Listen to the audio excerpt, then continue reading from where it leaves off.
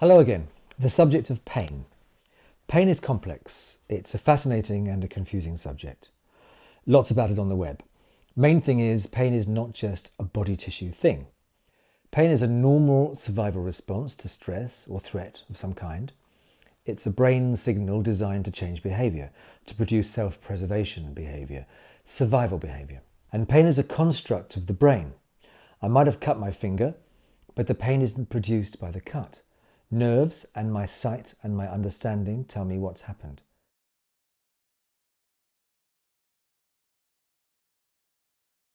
But it's the brain that creates the feeling. The feeling of pain is the brain's interpretation of the body state. The brain is telling us something. It always tells us a mixture. It gives us a sensation that it tries to localize as coming from somewhere in the body. It attaches a meaning to the sensation, a suggestion of what's happening in the body, which will depend upon previous experience, among other things. Have I been bitten by a horsefly, stung by a nettle, or scratched by a twig? It gives an emotional reaction triggered by the sensation.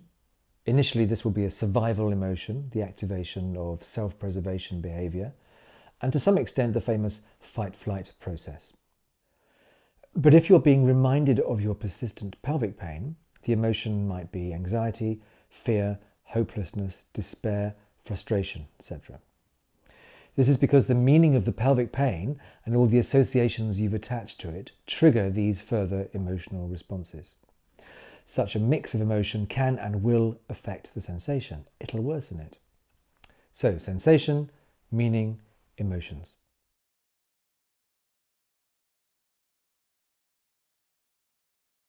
The emotional reaction can worsen the pain.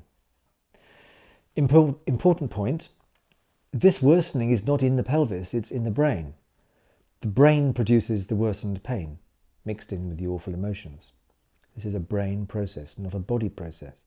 So although we might say to ourselves, oh my God, the pelvic problem is worsening, this is usually not so. The emotions are winding us up and making the entire experience worse.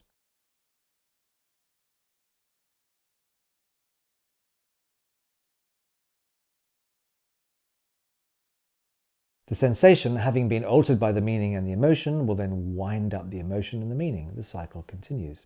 It's complex.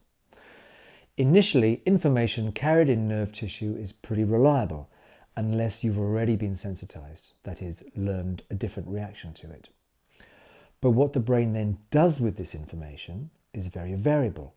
Depends upon your constitution, your health history, your belief system, your sensitivity, your feelings of security or otherwise, and so on.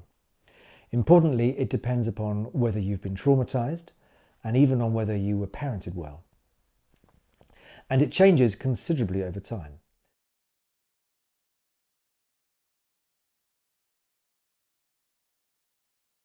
Most pain has a simple and relatively short gets worse, gets better cycle, and a simple explanation, especially if it's on the outside of the body. But persistent pelvic pain, as you know, doesn't easily offer explanations for itself, and it is internal. You can't see it. It's an invisible condition, and it's in an intimate area of the body, an area of the body that deals with bowel function, bladder function, and sex. Private functions, right? Functions you might well feel protective and shy about. More emotional reactions.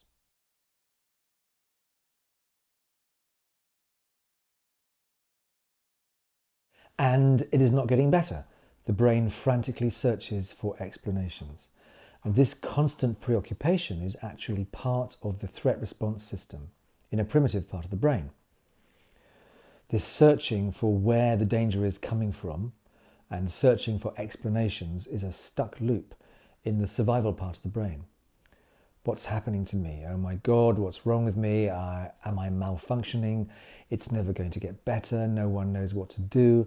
Have I done something wrong? Is it my fault? And then you might get, he shouldn't have examined me so roughly. She seemed quite dismissive. They don't understand how I feel. It's embarrassing to talk about this. I wish they were more sensitive.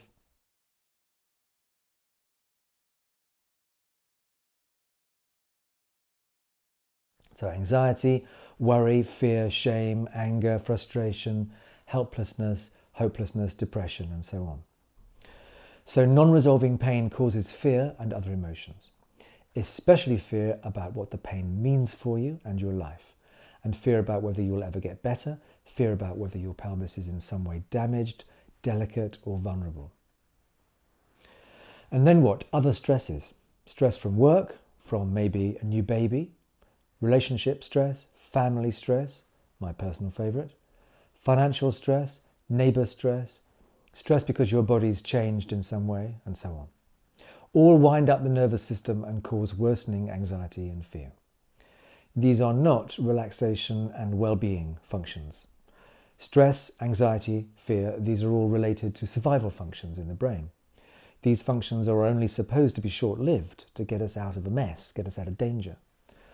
When they get stuck on, they begin to disable other parts of the brain. The bits of the brain they disable are the ones we need to get better, to sort ourselves out and to have a life outside pain. The will itself can be disabled. The part of you that says, I don't feel like doing such and such, but I will because I know it's good for me. Recognize that?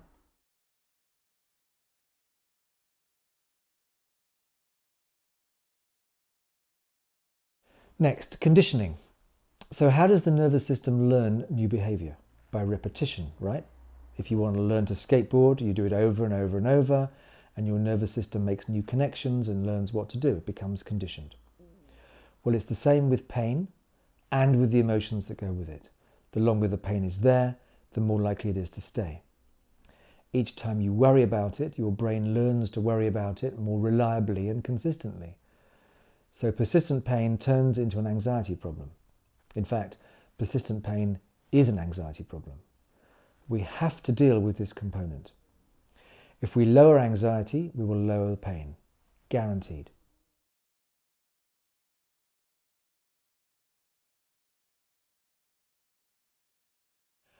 Okay, a couple of other things about persistent pain. Sensitivity. It's not so much that the body tissue is sensitive. There's a lot of talk about extreme sensitivity of tissue, and it is true that long-term pain can, to some extent, sensitize body tissue. But it's more that smaller and smaller stimuli are needed to produce it. This is a neurological feature of persistent pain. It's not the bladder itself. It's the brain's conditioning to overreact to what would normally be trivial stimuli, whether sensation, thought, emotion, or whatever, usually emotion.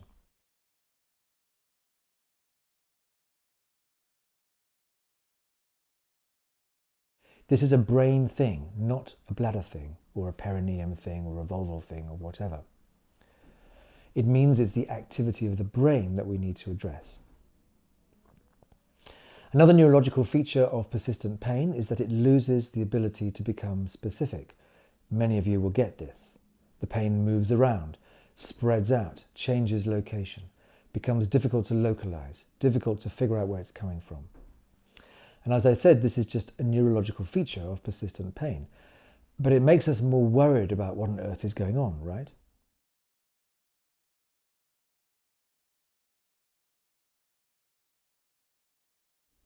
So it's not because the problem is actually worsening or spreading, it's that the brain is just confusing itself. Again, it's the brain we have to train, and we'll show you how. Another important feature of persistent pain, and especially the fear that goes with it, is that it tends to make us recoil from feeling anything. We're scared of going into the body and feeling stuff. This can be very subtle. We withdraw from our felt selves. We dissociate. That is, we cut off or zone out from noticing our bodies. Persistent pain, anxiety, and fear will do this.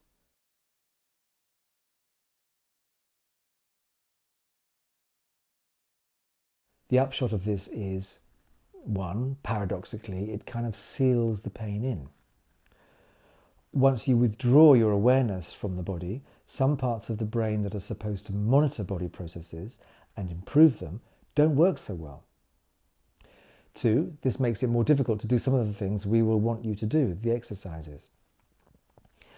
Because we want you to discover how to feel and interpret the sensations and emotional feelings created by your nervous system so accurately and skillfully that you can influence them. To do this, you must relearn to befriend your body, your sensations, your feelings, your emotions, including fear. We want you to learn to become aware of body states. This awareness itself begins the process of healing because it gets the correct part of the brain back on board. Awareness again.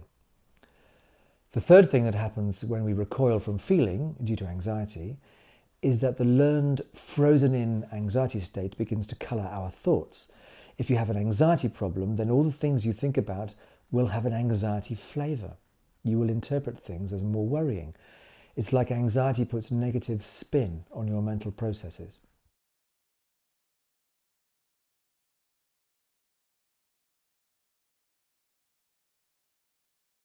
So opening up the awareness allows you to spot your negative thought habits and become less preoccupied with them. Pain will distract you less. Instead, you will find parts of the body that feel okay, nice even. You'll become aware of positive emotions. You can put more emphasis on who you actually are and what you want to do with your day or your year or your life.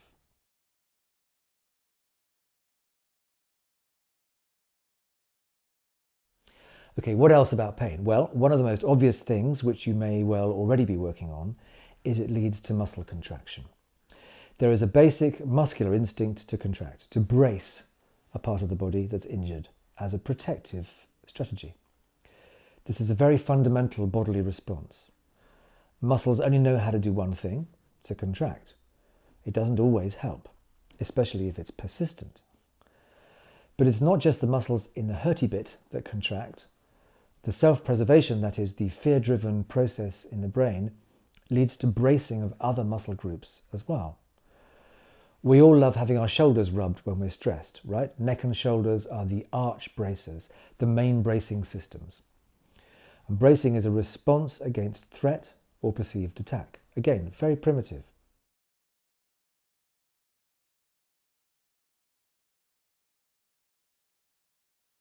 Now, this is interesting. Contraction of pelvic floor muscles is a generalized response to fear-based emotions, including feeling vulnerable, small, ashamed, and anxious. So even without pelvic pain, these emotions cause muscle tension, holding, if you like, in the pelvic floor. This is an inbuilt part of the muscular self-preservation system.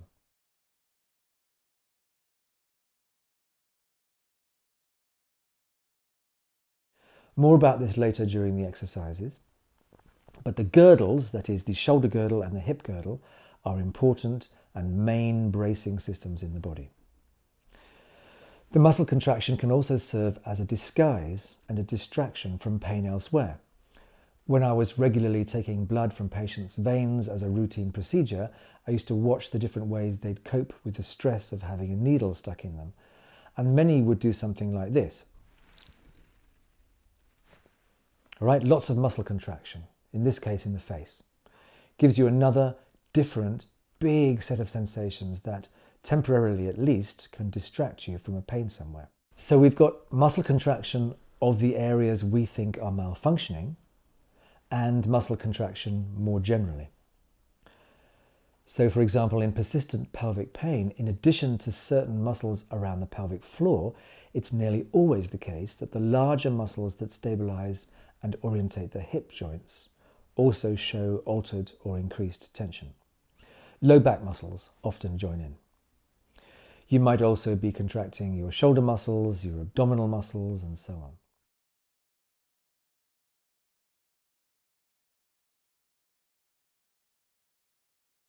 So what? So there's muscle contraction. What's wrong with that, you say? Well, persistent muscle contraction causes pain. Muscles are not designed to contract strongly for long periods of time. They get fatigued. Their nerve supply and blood supply is disturbed. They can become sore to touch.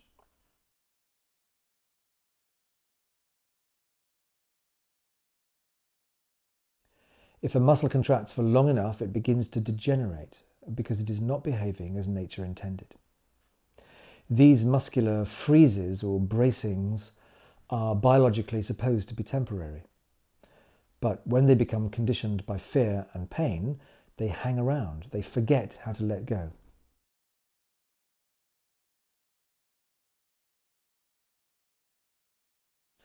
And incidentally, if you hold yourself like this,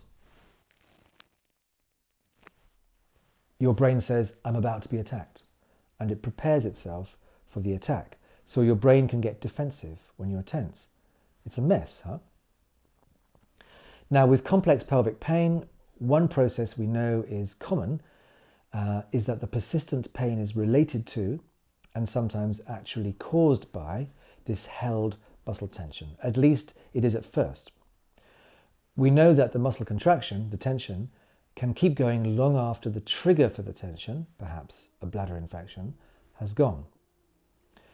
In cases like these, if the diagnosis hasn't taken too long and the patient can feel the muscle tension, then relaxation exercises, both muscular ones and more mental ones, can quickly begin the healing process.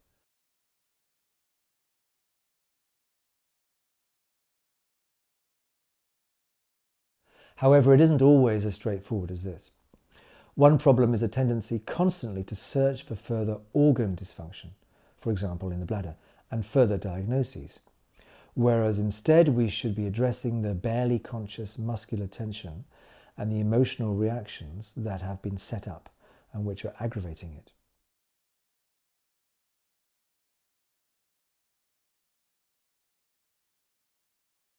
So it's vital that we learn to bring our awareness to relaxing the muscles. This will always help because it interrupts the wind-up cycle of pain, muscle contraction, more pain, fear, more muscle contraction, and so on. Now, remember what I said earlier about pain making you recoil from feeling sensations in your body? This is a major stumbling block to relaxing the pelvic floor and other muscles. Some people just cannot feel the tightness. If you cannot feel the tightness, you can't let it go. If I can't feel my shoulders around my ears, I won't drop them. If you tell me, I notice them and I drop them. So we're back to improving awareness as the vital skill to gain control over your own instinctive muscle behavior. More about this in the following sections.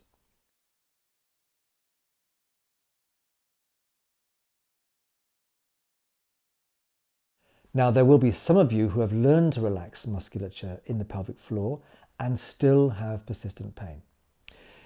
This will be because either you haven't let go of the muscles as much as you think you have, in which case your awareness needs to deepen. This is a common finding. Or you've concentrated on the pelvic floor, which you've relaxed, but you will need to spread your awareness out to other areas of the body. For example, the butt muscles and the leg muscles, which are still abnormally held. Or you relax the pelvic floor muscles well, but very temporarily. Remember, the nervous system learns by repetition. The muscular relaxation must be deep and accurate, but it must also be frequent. Or, in your case, and very commonly, it's not as simple as getting muscles to let go. The nervous system persists in using your pelvis as a convenient site for binding high emotional nervous energy. This will be a new concept to most people, so we'll describe it in more detail and show you how to deal with it later on in this course, especially in the section on emotions.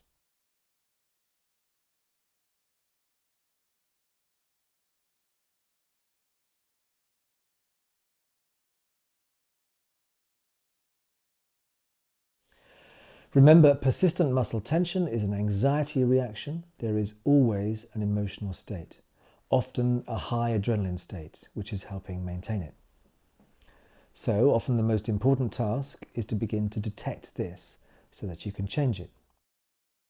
So look at all the conditioning, the neurological learning. We're like Pavlovian dogs. We've conditioned ourselves. We've learned to hurt. We've learned to churn the thoughts and meanings that go with the hurt over and over again. No one knows what's wrong with me. I'll never get any better, and so on. We've learned the emotional states that are triggered by the meanings, high adrenaline states, stress states. We've learned the repetitive behavior patterns that go with these states. So the first way of dealing with all this entanglement of sensation and meaning and emotion and habitual behavior is to understand the entanglement. If you understand the components of the puzzle and how they work together, it's easier to solve, right?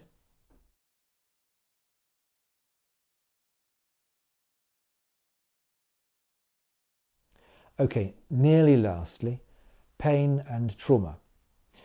We'll be saying more about this in a section on trauma, so I'm just introducing the category here.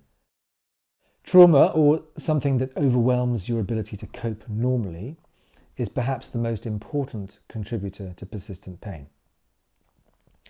We can think of pain as related to three different kinds of experience. One, physical pain or ordinary pain.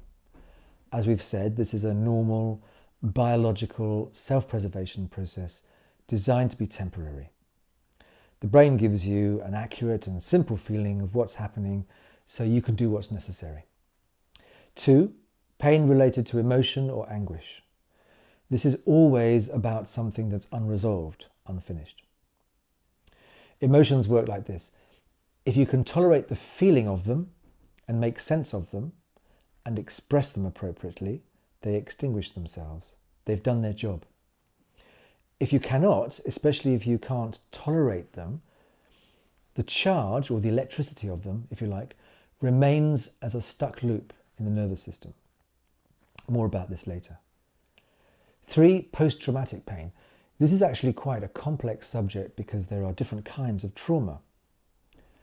Basically, we're talking about the experience of being overwhelmed, being unable to cope or adapt normally.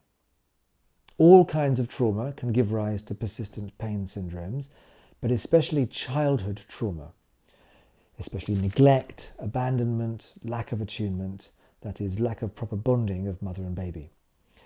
This is a category of trauma often without the obvious drama that we associate with the word trauma. But it is a major forerunner for persistent pain syndromes of all sorts because it sets the nervous system up to be vulnerable to stress, to launch fight-flight responses too easily, and especially to freeze, to immobilize and space out in the face of challenging situations.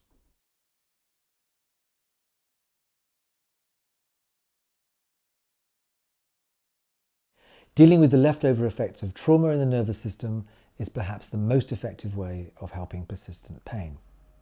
And, as some of you will know, persistent pain is itself traumatizing, right?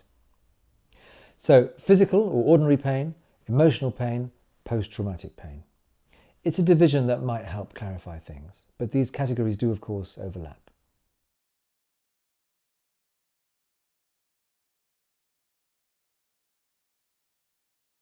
As a summary, we could say that persistent pelvic pain, all persistent pain syndromes in fact, are signposts or flags pointing to the fact that we need to change our awareness, change where our attention is, change how we run our interior life, if you like. And our attention has to go inside ourselves in a new but instinctive and helpful way. So, what are the tasks? Learn to be sweet to our bodies, understand what they're trying to do. Learn to befriend our bodies, bring them back to ourselves so we can influence them more effectively, especially to learn to relax our muscles. Learn to really feel the interior sensations that tell us what the nervous system is trying to achieve. Learn to understand and be aware of our emotional reactions to our bodies and feelings, especially to recognize anxiety and learn to soothe it. Learn to understand and be aware of our emotional reactions to our thoughts so we can change the habitual ones that aren't good for us. And learn to reframe our misconceptions and misunderstandings and soothe our incessant mental chatter. See you in the next section.